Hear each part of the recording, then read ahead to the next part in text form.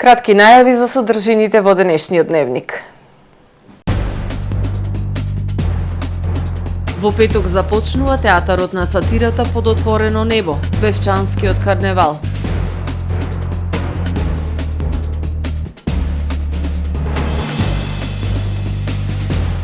Украдените икони од Југозападна Македонија нема да се враќаат во црквите од безбедносни причини.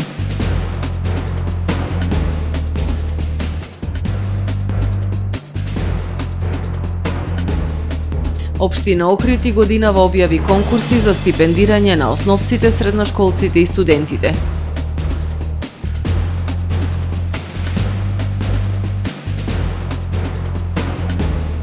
Јужна Кореја со закон забрани продажба на кучешко месо. Со најавените и останатите содржини на дневникот започнуваме по временската прогноза. Останете со нас.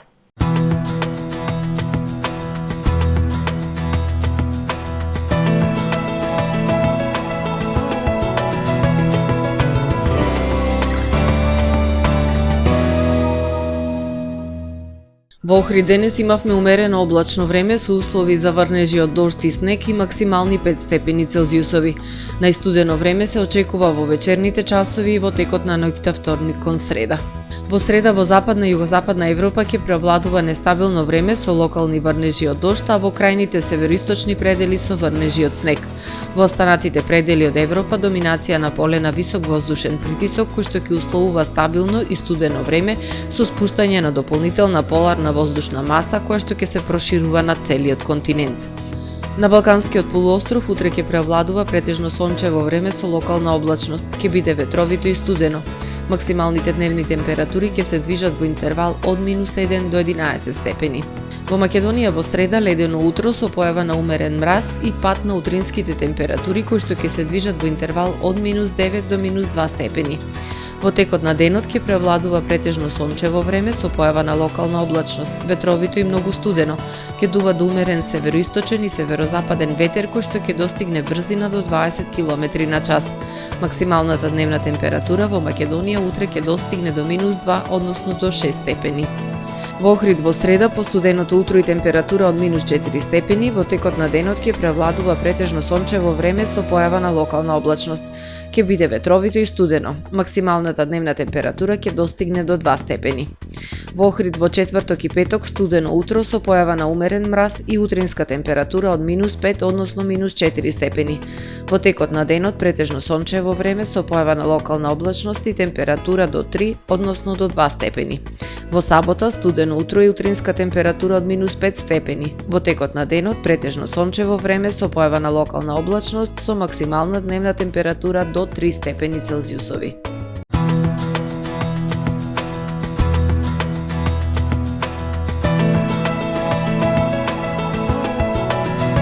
Гледавте Метео на ТВМ по соработка со Трпе Инвест.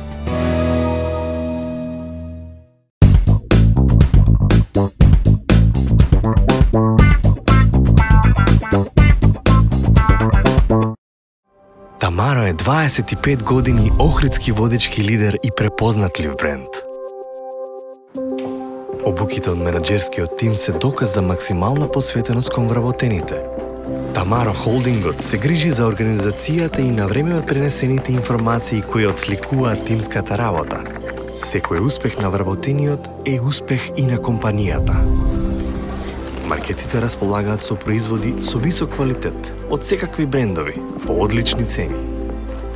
Вкусните печива од Дана Бела пекарата се веќе омилен појадок на многу потрошувачи во Охрид. Анабела кујната услужува голем број на потрошувачи и компании.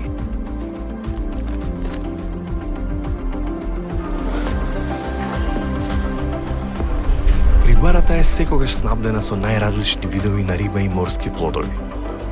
А месарниците располагаат со свежо месо и месни производи во секое време. Уживајте во својот охридски домаќин. Тамаро, повеќе од маркет.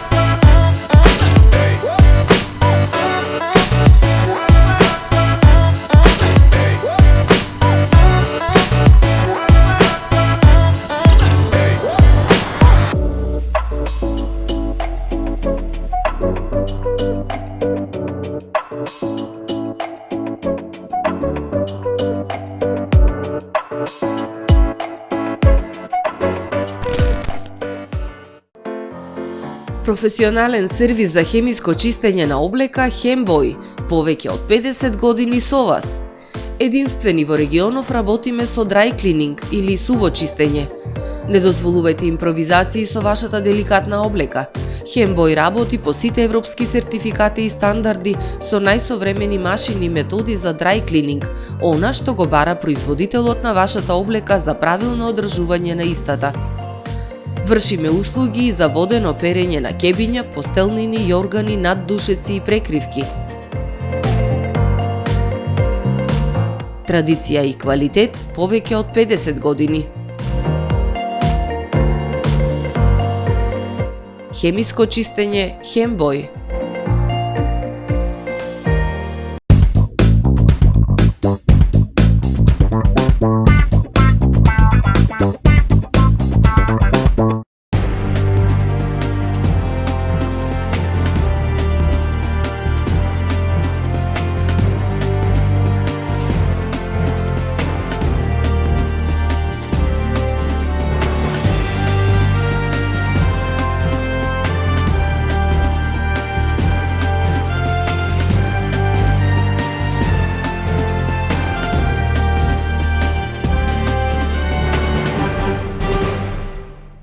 Добар ден, прво издание на Дневникот на ТВМ. Вевчани за Василица ќе стане театар на сатирата под отворено небо. На 13 јануари во сабота низ Вевчанските улици ќе продефилираат традиционалните, но и нови маски, како одраз на се она што се случуваше во државава изминатата година. На главниот настан ќе претходи и ќе следува богата забавна програма, а сите случувања како атракција ќе ги следат бројни гости од земјава и странство, домашни, но и странски ТВ екипи и блогери. Во петок на 12 јануари од 20 часот започнува традиционалниот вевчански карневал кој представува манифестација на народните пагански обичаи по повод Василица. На 13 низ Вевчанските улици ќе продефилираат традиционалните маски на зетот и невестата, музичарите, ѓаволите, глупавиот Август, но и новите сатирични коментари како одраз и здрав коректив на општествените случувања. Бидејќи Вевчанскиот карневал е еден голем мајтап, ќе се обидам таков да биде и овој прес, кажа промоторот на карневалот Игор Џамбазов на денешната пресконференција на Министерката за култура Костадиновска Стојчевска и градоначалникот на Вевчани. Денес гледате една несекојдневна гледка. Од мојата лева страна левите политички сили, од мојата десна страна десниве политички сили.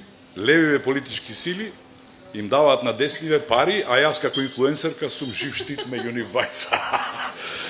Дај Боже што почесто да има вакви слики и на вистина министерке Вевчански карневал е бренд кој не смее да се одбие.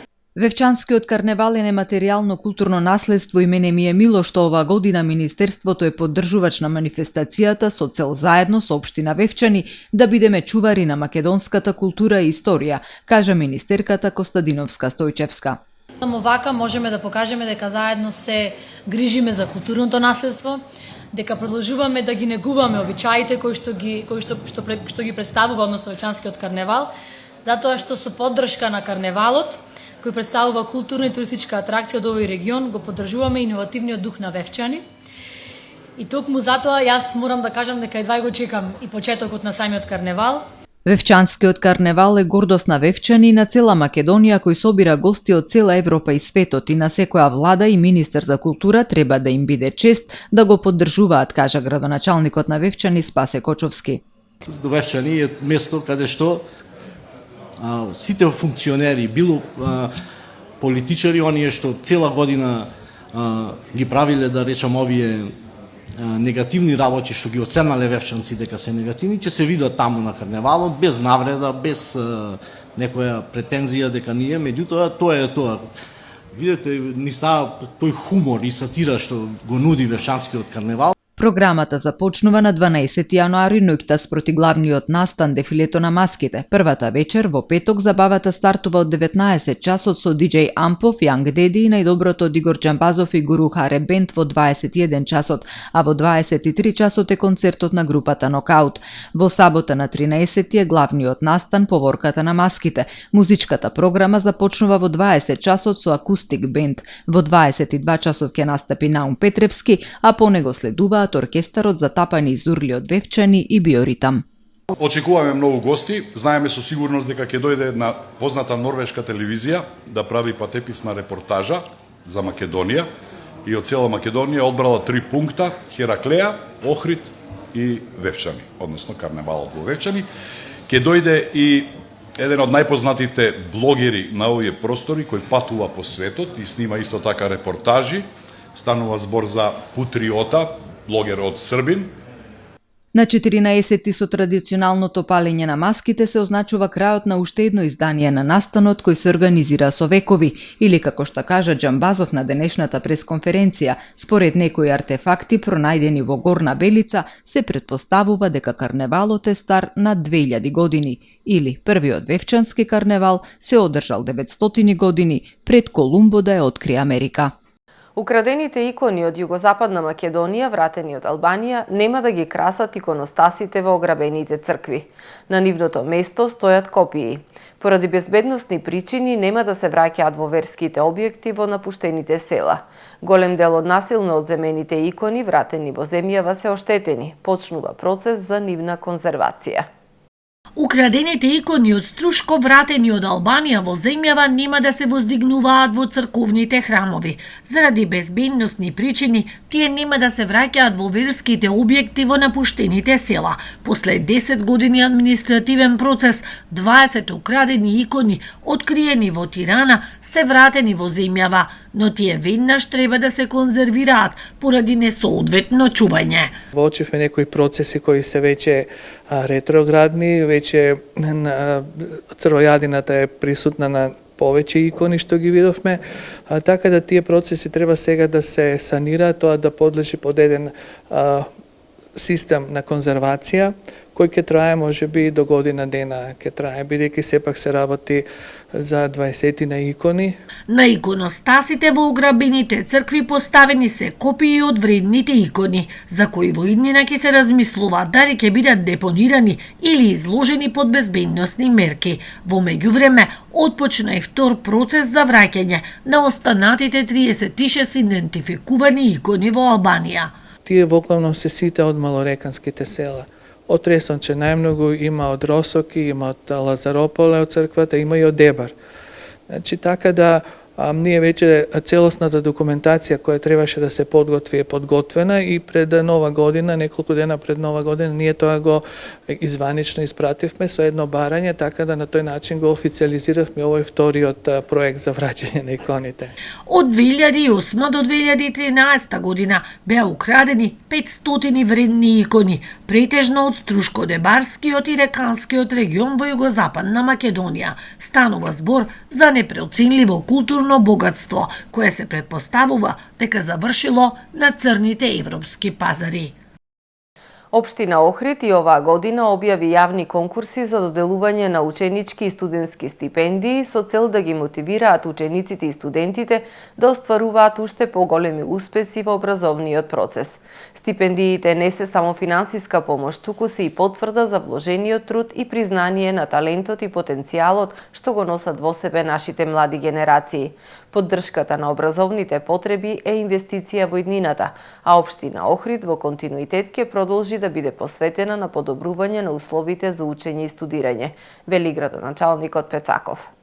Општина Охрид за учебната 2023-2024 година ќе додели стипендии на ученици од основните училишта во Општина Охрид, и тоа стипендии за талентирани ученици од 4 до 9 оделение од основните училишта во Општина Охрид, стипендии за ученици од 6 до 9 оделение кои живеат во потешки социјални услови, стипендии за посебни остварувања на ученици од 1 до 9 оделение кои постигнале значајни резултати во областа на спортот, литературата, музичката, ликовната уметност и други вештини.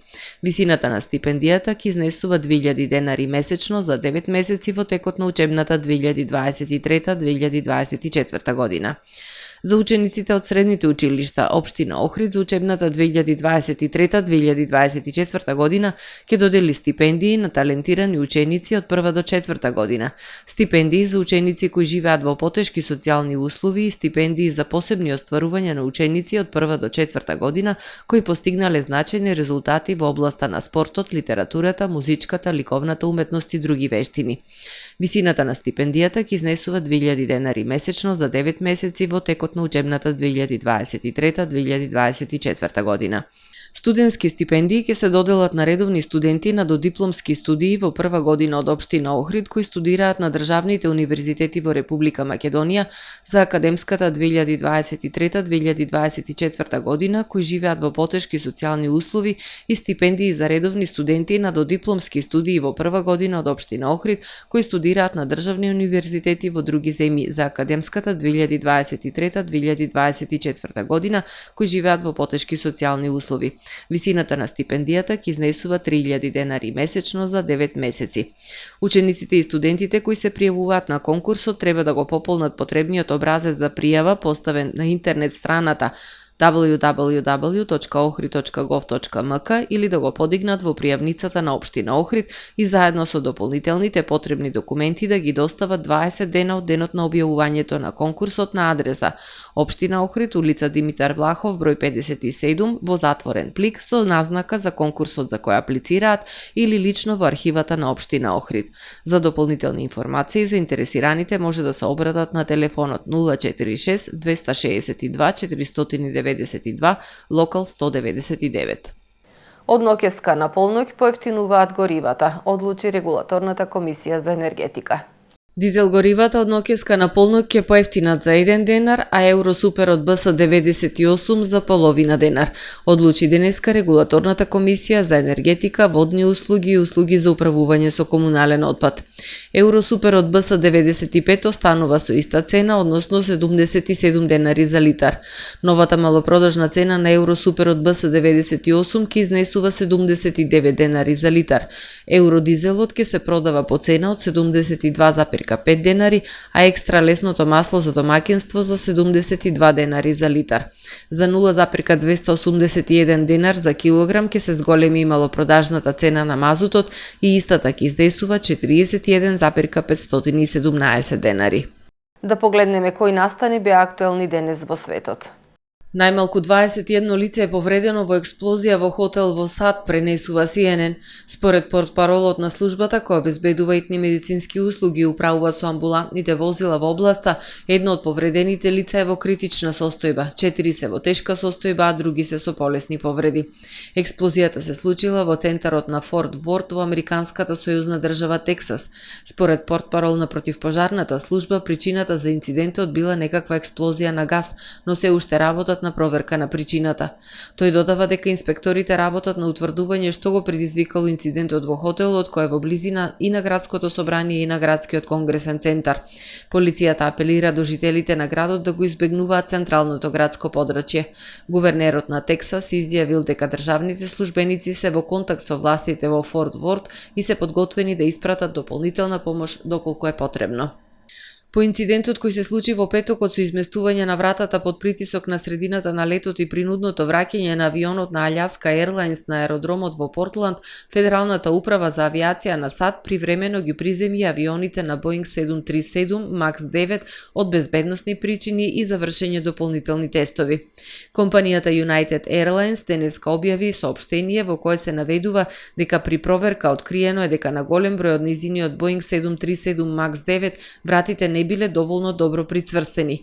Компанијата ја спроведе проверката по налог на регулаторот Федералната управа за авиација на САД. И Европската агенција за воздухопловна безбедност нагласи дека превозниците од земјите членки на Европската унија не ги користат овие авиони. По овој инцидент, акциите на Боинг се во драстичен пат на светските берзи. Едно лице е уапсено откако со своето возило удрило во надворешната порта пред комплексот на Белата куќа, соопшти американската тајна служба. За време на инцидентот, американскиот председател Џо Бајден не бил во Белата куќа. Портпаролот на тајната служба на социјалната мрежа X напишал дека се истражуваат причините како и начинот на кој дошло до инцидентот. Надлежните не го соопштуваат идентитетот на лицето, како и други информации за приведениот возач и не се знае дали против него ќе биде поднесена соодветна пријава. Официјални лица за спроведување на законот запознаени со инцидентот за CBS изјавиле дека возачот е човек за кој се верува дека имал проблеми со менталното здравје. Јужна Кореја го усвои законот кој има за цел до 2027 година да се воведе целосна забрана за колење кучиња и продажба на нивното месо, пренесува BBC. Консумирањето кучешко месо во исхраната на јужнокорејците е практика стара со векови, но се е помалку популарно кај младите и се повеќе жители и активисти се залагаат за забрана за употреба на кучешкото месо. Повеќе од 1600 ресторани и 1150 фарми сега треба да го преориентираат своето работење.